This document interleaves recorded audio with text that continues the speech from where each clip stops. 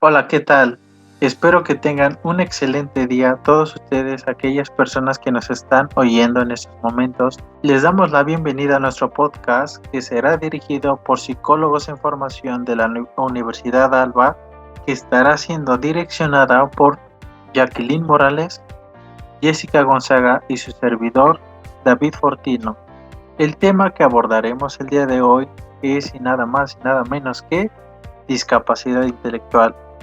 Así que acomódense, tomen un buen asiento, le damos la bienvenida a todos y cada uno de ustedes. Esperemos que toda esta información sea de su agrado. Muchas gracias por su preferencia.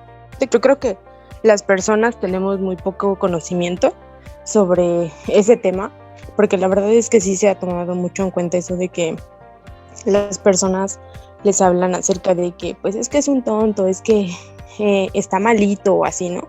Y se escucha mucho aquí en la sociedad, ¿no? Y bueno, en el lugar en donde te encuentras, y a veces pues nosotros como personas nos preguntamos, o sea, sí son personas que tienen una deficiencia y hasta cierto punto un trastorno, pero al final de cuentas son personas que igual tienen que tener ese respeto, y es algo que nosotros como sociedad y como seres humanos no se los damos. Así es.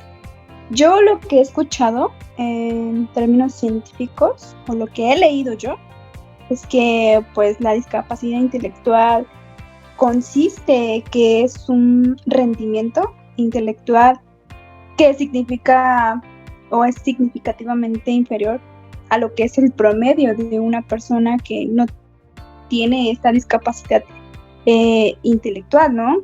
Y también se relaciona mucho con la conducta adaptativa y se manifiesta durante el periodo del desarrollo. Y también la caracterizan por tener limitaciones significativas, como en el funcionamiento intelectual, en la conducta adaptativa, y se manifiesta también en habilidades adaptativas. Me parece también que en las conceptuales, las sociales y en las prácticas. Y también había leído algo sobre que es antes de los 18 años. Claro, ¿no? Y también otra de las cosas es que lamentablemente, bueno, nosotros lo tomamos así como la sociedad, ¿no? Pero lamentablemente las personas que son familiares de esa persona son como que normalmente son los que lo toman como malo, como una persona que en realidad no encaja en ese círculo. Yo creo que desde ahí estamos mal, ¿no? Porque si la propia familia no comprende esos términos y no llega a tomar conciencia de qué es de qué temas se está hablando, y en realidad que esas personas necesitan de ellos, y que se tome o se deje a la ligera, pues creo que ese es un problema más grave, ¿no? Si en sí la sociedad no lo comprende, imagínense la familia, pues menos la sociedad lo va a comprender. Sí, de hecho se implica muchos problemas, como lo había dicho, en la conducta adaptativa, también en el funcionamiento intelectual y la conducta adaptativa con las personas, ¿no? Esto se puede mejorar, obviamente. He oído también sobre las limitaciones en el funcionamiento presente que se consideran o se deben considerar en el contexto, ¿no? De los ambientes comunitarios, de las iguales de edad y de la cultura, ¿no? Debe de también haber una evaluación válida donde se considera la diversidad cultural, la lingüística, así como las diferencias en la comunicación, aspectos sensoriales, motores y de comportamiento, ¿no? Y también en uno mismo. Concuerdo completamente con todo lo que ustedes están aportando en este momento, pero todas aquellas personas que se les dice erróneamente que anteriormente se les decía retrasados, lelitos, tontos, incapaces de realizar algo, pues nos estamos dando cuenta o tenemos el deber de concientizar a cada una de las personas y informar más que nada para poder romper con cada una de esas obstrucciones sociales de acerca de lo que es la incapacidad, la discapacidad intelectual. Pero nos vamos a remontar a los 1876, en donde la Asociación Americana de Retardo Intelectual Es una organización profesional para personas con discapacidad cognitiva significativas o intelectuales que fue fundamentada en Estados Unidos en 1876, no lo olviden. Para 1956 publica su primer manual y terminología y hace una clasificación de la discapacidad intelectual. Para lo que son 1961 dice la Asociación Americana del Retardo Intelectual que la discapacidad intelectual consiste en un rendimiento intelectual general inferior a la media, que se origina durante el periodo del desarrollo y que se asocia con discapacidades en la conducta adaptativa. Pero aquí viene una aportación que fue no hasta 1968 con la Organización Mundial de la Salud, que por sus siglas son la OMS. La definición para ellos es que la discapacidad intelectual es sensiblemente inferior a la media, que se manifiesta en el curso del desarrollo y se asocia a una clara alteración en los comportamientos adaptativos. Y bien, tenemos una siguiente aportación que fue no hasta los años 2002, que se denominó que la discapacidad intelectual es una discapacidad caracterizada por limitaciones significativas tanto en el funcionamiento intelectual y en la conducta adaptativa, tal como se ha manifestado en las habilidades adaptativas conceptuales, sociales y prácticas. Esta discapacidad comienza antes de los 18 años, como lo acabas de mencionar muy bien nuestra compañera Jacqueline. Y para lo que es la definición, actualmente hay que tomar en consideración dos puntos importantes. Uno, la discapacidad intelectual implica problemas a la conducta adaptativa, y no solo del funcionamiento intelectual, sino también del funcionamiento y de la conducta adaptativa de una persona que sí se puede mejorar.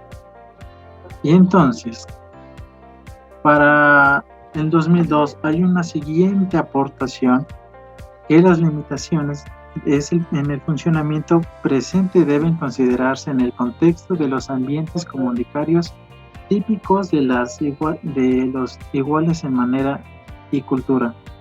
Eso quiere decir que a partir de muchos rasgos que podrían ser en cuanto a adaptativas e intelectuales, llegan a determinar una alteración que bien actúan de forma directa para que la persona pueda tener limitaciones tanto personales como intelectuales e incluso sociales. Pero es importante conocer cómo es que se comenzó a dar importancia, que no fue hasta los años 1876 que comenzaron a intentar dar una explicación, un largo para dar un seguimiento, un protocolo, una definición para que nosotros podamos identificar a qué se refiere la discapacidad intelectual, que fue desarrollándose con el paso de los años, que es muy importante y como bien lo acaban de mencionar, es de suma importancia conocer cada uno de sus rasgos informativos. Continuamos. Bueno, yo creo que todo lo que acaba de decir el compañero David es muy importante. Les invito a todos ustedes que nos están escuchando que nos hagan llegar sus preguntas, si tienen alguna duda o si tienen algo que comentar, y las estaremos resolviendo en el transcurso de que nos los manda una amiga llamada Jacqueline, que nos dice: ¿cómo se diagnostica la discapacidad intelectual? Esperemos que alguien de nuestros compañeros nos pueda ayudar a contestar esta pregunta, por favor. Sí, claro que sí. La discapacidad intelectual, según el DSM-5 y la CIE-10, para hacer un diagnóstico intelectual debe cumplir 3 criterios. Uno de ellos es déficit de funciones intelectuales, tales como el razonamiento, la resolución de problemas, la planificación, el pensamiento abstracto, el juicio, el aprendizaje basado en experiencia y pruebas de inteligencia estandarizadas individuales. El segundo punto es déficit de comportamiento adaptativo, que produce una incapacidad de cumplir los estándares de desarrollo y socioculturales apropiados para la autonomía normal y la responsabilidad social, es decir, que las actividades en la vida de la persona tienen una gran deficiencia, y así como la comunicación, la participación social y una vida autónoma en los múltiples entornos tales como el hogar, la escuela, el trabajo y la comunidad. Y por último, el inicio del déficit intelectual y adaptativos es durante el periodo del desarrollo. Espero que su duda sea aclarada. Gracias. Muchas gracias por esta contestación. Le fue muy grata y de ayuda a nuestra compañera. Bueno, a continuación, una maestra nos dice ¿a qué se refiere con discapacidad intelectual profunda?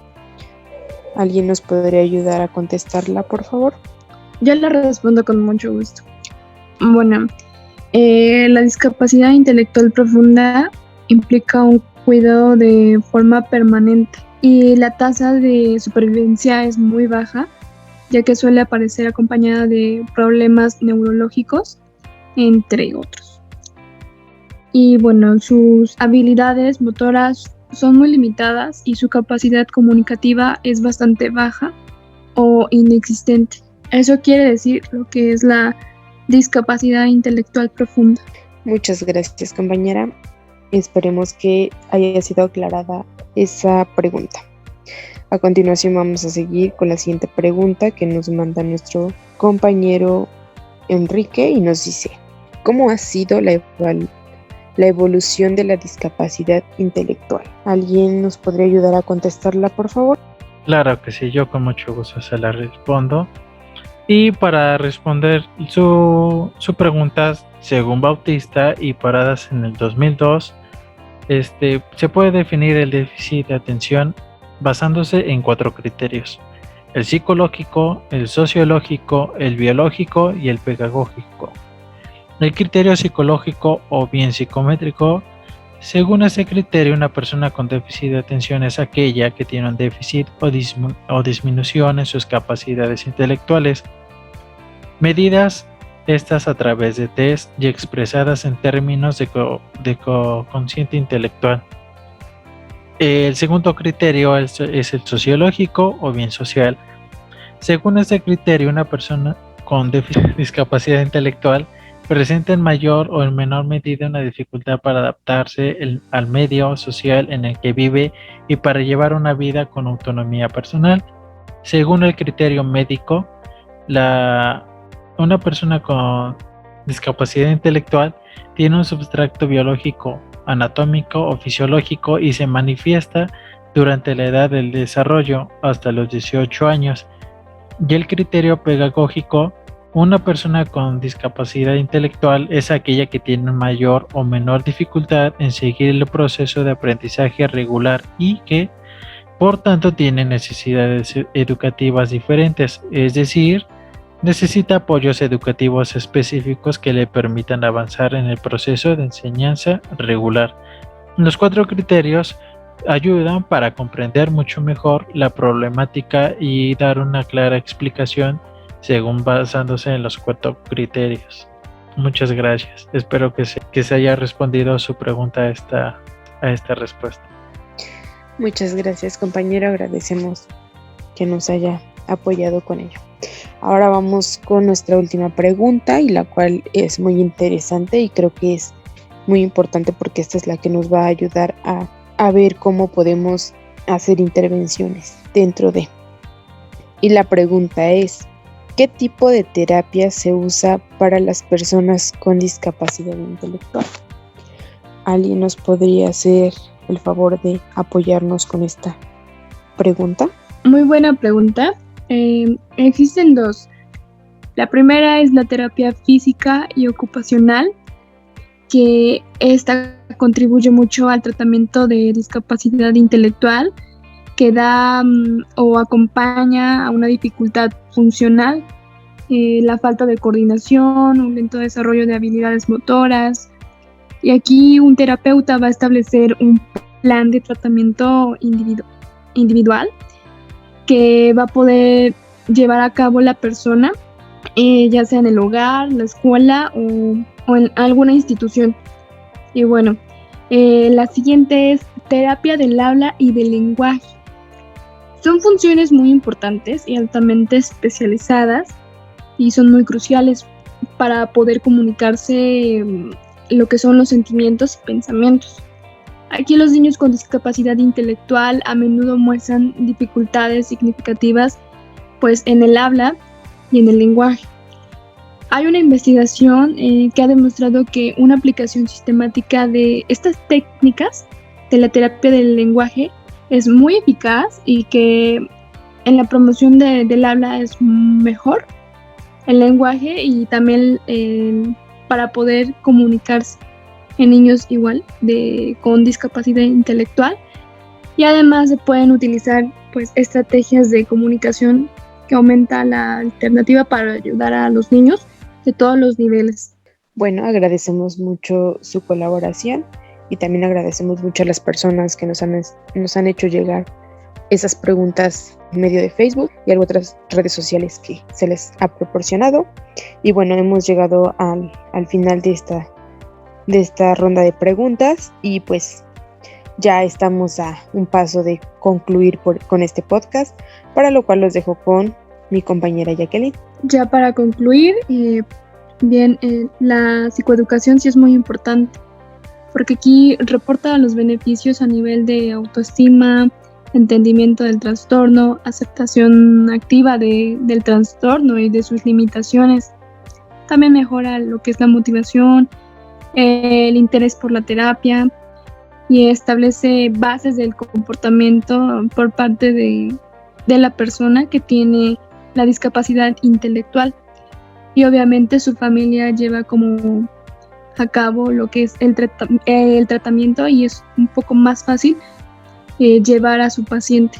Bueno, como les había dicho, ya hemos llegado a la recta final de este podcast de discapacidad intelectual, para lo cual agradecemos mucho el que nos hayan acompañado durante este recorrido, y pues igual hacernos llegar sus preguntas y que nuestros compañeros nos hayan hecho el favor de igual responderlas, y esperemos que esto les pueda ayudar.